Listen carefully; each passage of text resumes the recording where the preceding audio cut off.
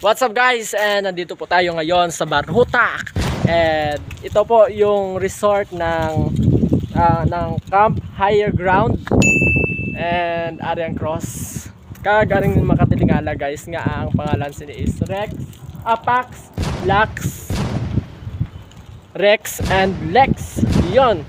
And kung imo diri nga libuton, makita mo diri si Jesus. He is praying on the stone.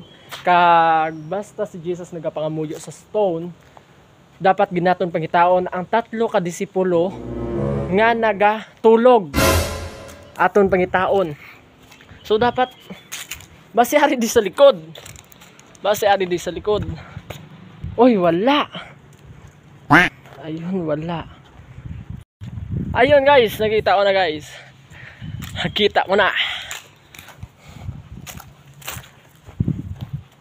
Pangitaon na to Arang Cross guys. And Arang Ocean.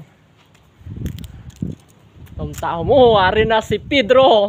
Hoy Pedro, nga arang ka ba, tinulog ka lang. Wala ka balong, malapit na lang ang akong nga pag-antos. Oh.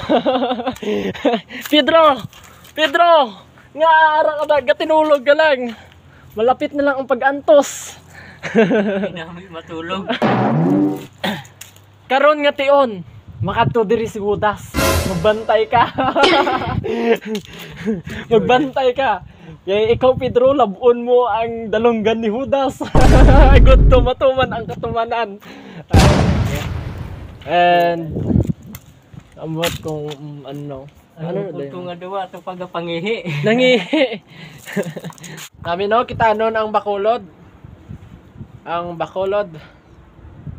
Nami kay wala bantay. Guys, nakalibre kami.